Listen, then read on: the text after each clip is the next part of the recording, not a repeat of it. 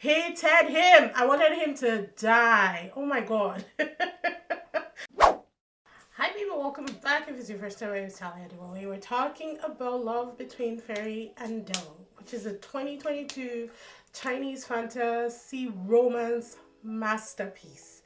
Streaming on Netflix and IQIYI. I don't think that's how you say it, but you can find it online. I'm pretty sure you can find it on YouTube as well. I think there's 3 episodes on YouTube as well. We're gonna be talking about that today, so be sure to do all the right things and let's dive into it. So this one has 36 episodes. Honestly, at this point, I just watch. I don't count the episodes anymore. Actually, I do, because I have one that has Zhu Kai in it, and it's a period piece. It has like 80 episodes. My cousin has been like hammering this on me. I've had it on my list, and the 80 episodes, I just keep looking at it and being like, hell nah, hell nah, hell nah. Even though I love Zhu Kai, like I just want to watch it, but I just don't have the energy. This is only 36. It stars Dylan Wang and Esther Yu. She's the reason I watched this. Guys, after watching Skin to Love, which was just okay, it wasn't fantastic, but it wasn't bad. I literally fell in love with this girl. She has a personality and a voice that you either love or you hate. When she first started speaking and being all bubbly, I was like, ooh, I'm not gonna like this girl. But don't know how she did it.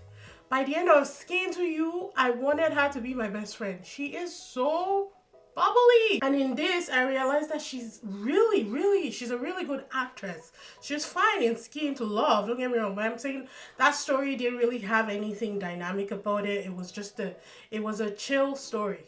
Even the drama was chill, you know? But this was dynamic. It was interesting. It had layers, and I loved it. Now let's get into the story. So, Love Between a Fairy and Devil follows the tale of Dongfang Xingshang. They always said his full name. I love it. I love it. The powerful and feared Moon Supreme and Xiao Langhua. Is that not her? Xiao Langhua. That's how they were shouting it. Yes. Also known as the Orchid, a low-ranking fairy from the Orchid Pavilion. I'm gonna be calling her Orchid just in case I'm killing her, Chinese name. When fate entwines their souls, literally, this girl tied his soul to her. She literally tied him to her.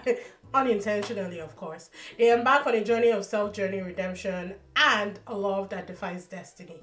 It is a classic Jianjia, but with a twist. Instead of the fairy falling for a righteous immortal, she's matched with the villain, quote and unquote, a morally complex, cold, and powerful being. The pacing starts light and humorous, and then they really switch it up on you from episode 10 to about episode 20. They really do switch it up on you. It builds emotional depth within that second half of, the trifecta. I usually do phases. So phase 1, phase 2, phase 3. Phase 2 definitely hits you hard with the emotion. The body swapping trope, while it is initially comedic, they use it very cleverly to develop empathy and foreshadowing, and the eventual romantic bond between the two. It wasn't overdone. But we know how the body swap thing can be overused in a lot of these dramas when we're watching it. But in this, they did it subtly. They did it in the beginning. They did it once in the second phase. And then I don't think we saw body swapping again throughout the end of the series, and I was okay. Because the way they used it in phase 1 was to show you that this happened, this can happen. Phase 2 was timed perfectly. Or maybe they did it 3 times all in all. I can't remember. No, it was twice. Phase 2, she set it up. And they used it very well. They used it to show, breakdowns in his courts, how weak she is and how he can be taken down very easily, and also to show us that she truly cared for him, because in order to save him, she had to switch back, and she made that choice by herself. I loved it. It is an emotionally compelling love story with high stakes and strong fantasy lore. So I'm just editing the video right now, and I just found out like 2 days ago that it was based on, there's actually an anime of it, and you best believe that my black ass ran straight to go and find it. And boy, was I impressed. Absolutely amazing. So there's a 4 hour like collage. Huh? There's a 4 hour video of it on YouTube. I will put the link in the description if you're interested. But if you know me, you know I love anime. You know I love anything that's based on an anime. Did the same thing for King's Avatar. And it looks like a lot of these Chinese shows might actually have animes, which is another added fact for me, because that is chef's kiss. But you know the beauty of the anime though, the storyline was completely different. Yeah, I think in the end there's a novel which I saw, a web novel that I saw of it. Might read it if I have the time, and there's a lot of chapters, I'm not really sure. But it was completely different. So they adapted the story differently for Netflix. Is it Netflix? I don't know. I watched it on Netflix. They adapted the story differently. Like, obviously the foundation is the same. There's the fairy, there's the devil. They fall in love, eventually will stay together. But actually, I don't know if the web novel does say that they stay together. I didn't read the web novel. But the anime is not complete. They only have 24 episodes. And they kind of stop, where they kind of find out that they really do like each other and stuff like that. But here's the thing. Completely different storyline. I understand why they adapted the live animation the way they did. There's no way they could have done the anime the way it was and for it to translate well into the live adaptation. So the live adaptation was done really well. The anime was hilarious. It was funny. I was laughing every single frame. Dofang is he is hilarious in the anime. Shailankwa, oh my god, did I say that right? Orchid, fantastic. They knocked it out of the park with the anime and the live adaptation. This was well done. And if you don't know me, let me tell you, I'm already rewatching it. I've rewatched it already, but I'm rewatching it again because I usually do that when I edit shows. I tend to start rewatching it again just because I want to feel the same way that I felt when I initially started watching the shows. Loved it. They smashed it out of the goddamn pack, guys. 10s across the board. I just wanted to come on here and tell you guys that there was an anime because I only found out when I was doing my research, getting pictures and everything for the review. And so I took a pause, watched that, smashed it out in the 4 hours. I even left a comment saying that I will see you guys in 4 hours because that's how long it was. And then I came back to continue doing the edits. But yeah. Let's get into the characters because even though I came for Esther Yu, I stayed for Dylan Wang because Dong Fang Xing Shang in this, oh my god, he was amazing. That look of frustrated irritation on his face in the first 10 episodes, chef's kiss. It had me laughing my head off for 9 good episodes straight. Every time that you would see in his face how he wanted to kill her, but he just couldn't, and he would just bear it. I loved it. It was so good. He's such a good actor.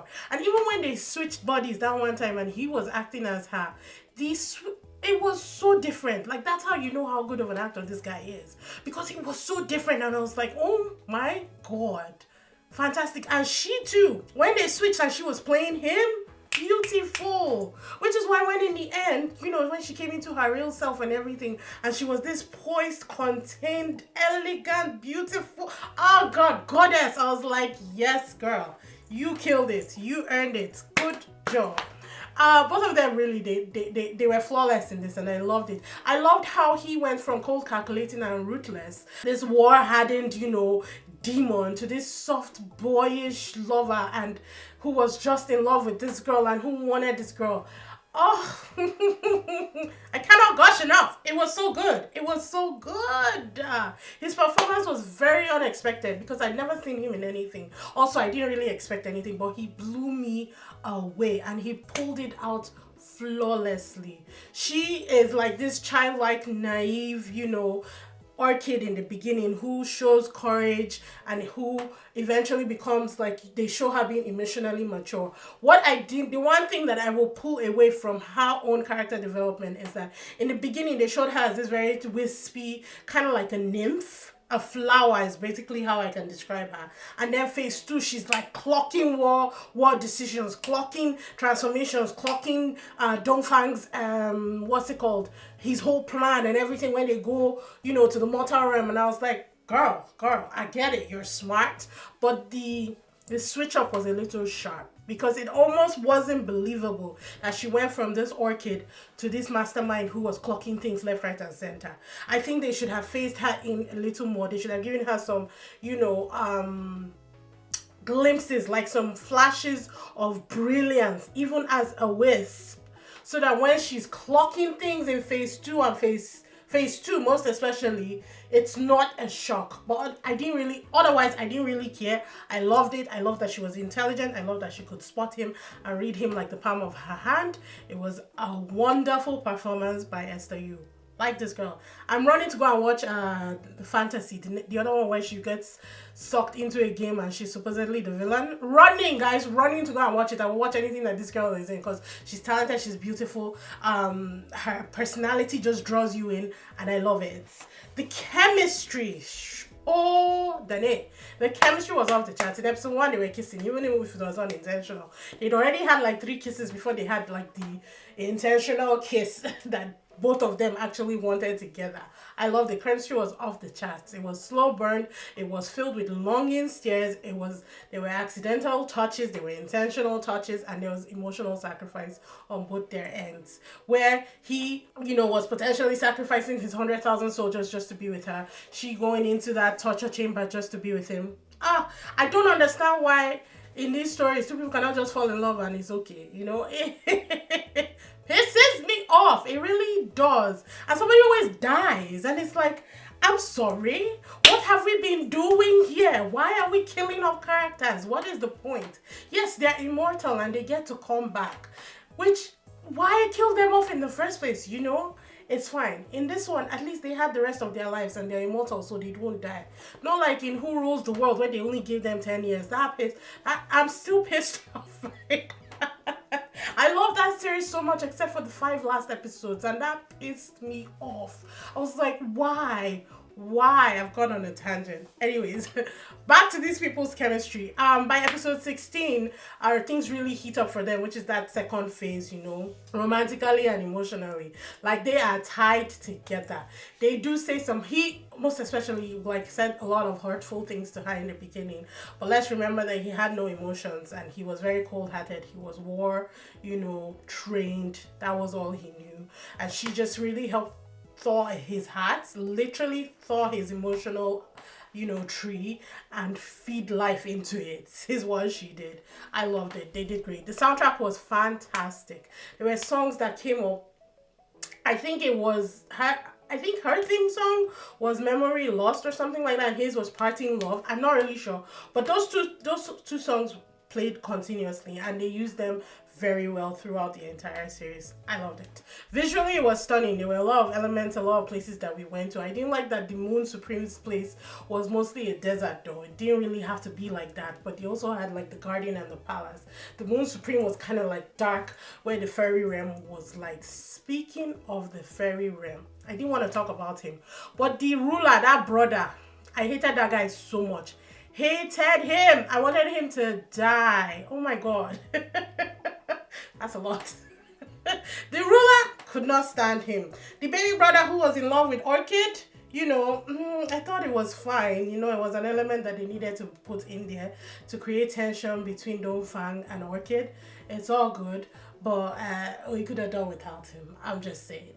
But it was fine. It added depth and it made the story dynamic in a way. All in all, pacing and writing, I thought that they did great. The first 6 episodes are light and comedic. First 6 to 8, I think. Nothing boring though, which is kind of nice. It keeps you engaged. Midsection, it peaks with fast moving plots. They're back to his side of things. He's trying to rule and balance the love of this girl, balance his people, balance his stupid brother. I did not like that boy. I did not trust him. It is what it is. 27 to 30 kind of drag a little because, they're trying to fill things, the Immortal Court and the side story of Dongfang's number one guy and Jay Lee. I really never care about the supporting characters unless their story is really interesting. This story, I could care less. I mean, Jay Lee did end up having something really interesting about her as a whole, but all in all, could have done without that side story. And then the final act, which is the emotional but heavy, rewarding, bittersweet closure. Bittersweet, of course, because someone always dies, even though they are brought back.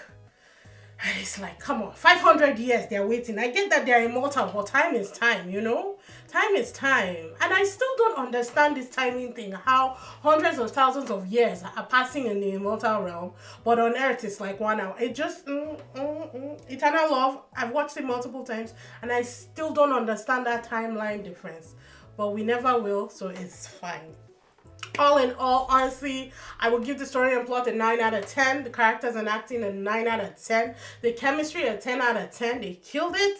Soundtrack 9 out of 10. Visuals and CGI is 8.9 out of 10. And the pacing at 8.5 out of 10. Which gives this whole thing a solid 9 out of 10, guys. It's a must-watch fantasy drama. It is emotional, it is beautiful, and it is unforgettable. Because I'm going to be watching it many a times, guys. Esther Yu is going on my list as one of my faves. She can just join Yang Mi. Who are the other people that I like? I love Yang Mi. I love Esther Yu. I love the girl from Falling Into Your Smile. Even though I don't think she's as dynamic as all these other actresses, I think she has done well. And of course, my number one chick, Dilly Raba. Yes!